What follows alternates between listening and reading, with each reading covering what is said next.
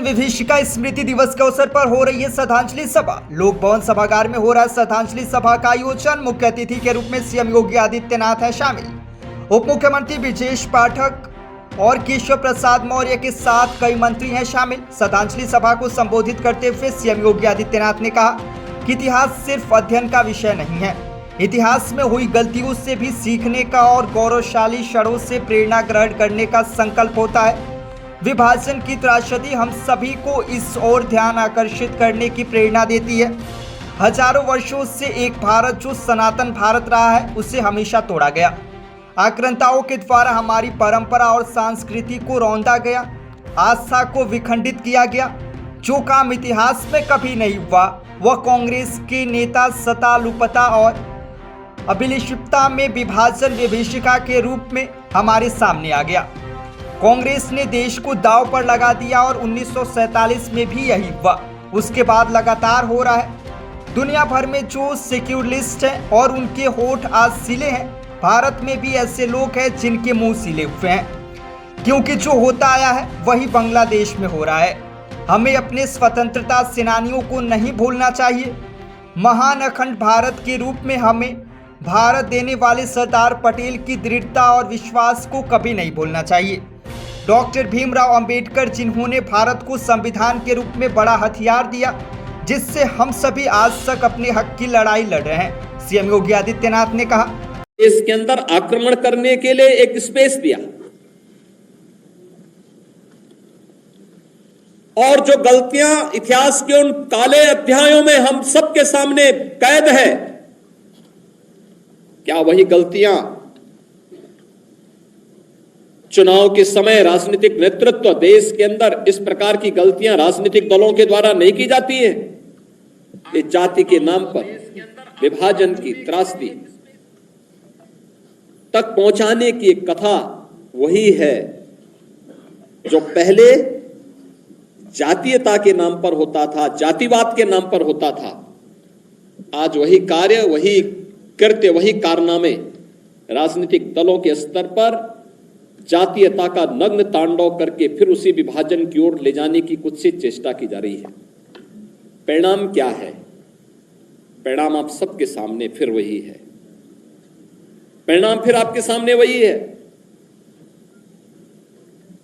तिथि बदली है, लेकिन चेहरे बदले होंगे, लेकिन घटनाओं का स्वरूप उसी प्रकार का है जो 1947 में हुआ था। वही तो पाकिस्तान में आज भी हो रहा है। वही तो पूर्वी पाकिस्तान कहा जाने वाला आज का बांग्लादेश में वही तो हो रहा है।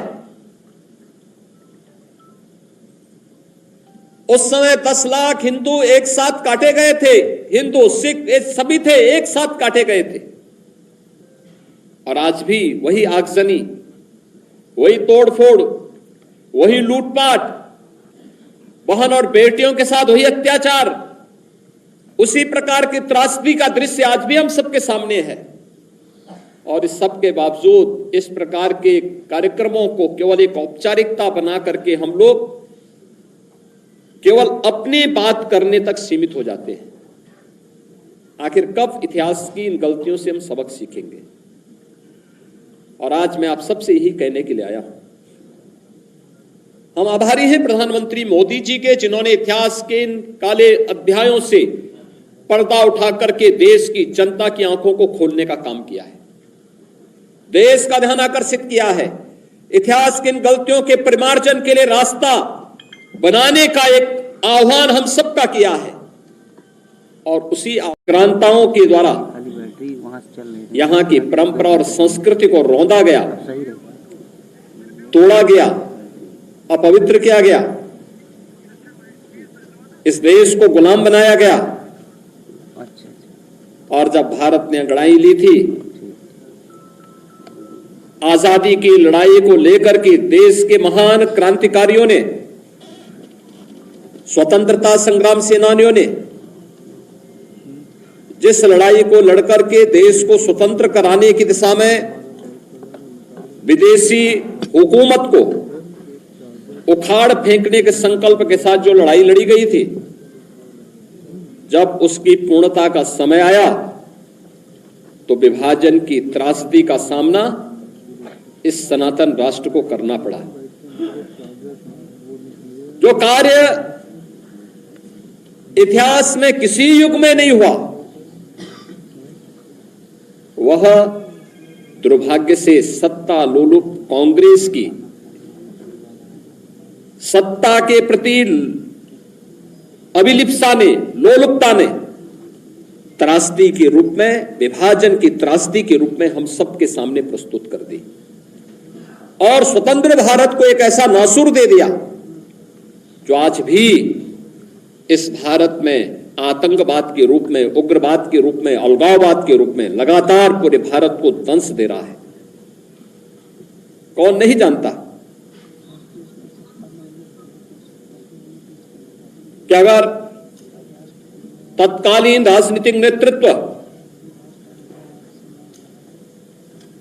दृढ़ता का परिचय देता, दुनिया की कोई ताकत इस अप्राकृतिक विभाजन को मूर्त रूप नहीं दे पाती।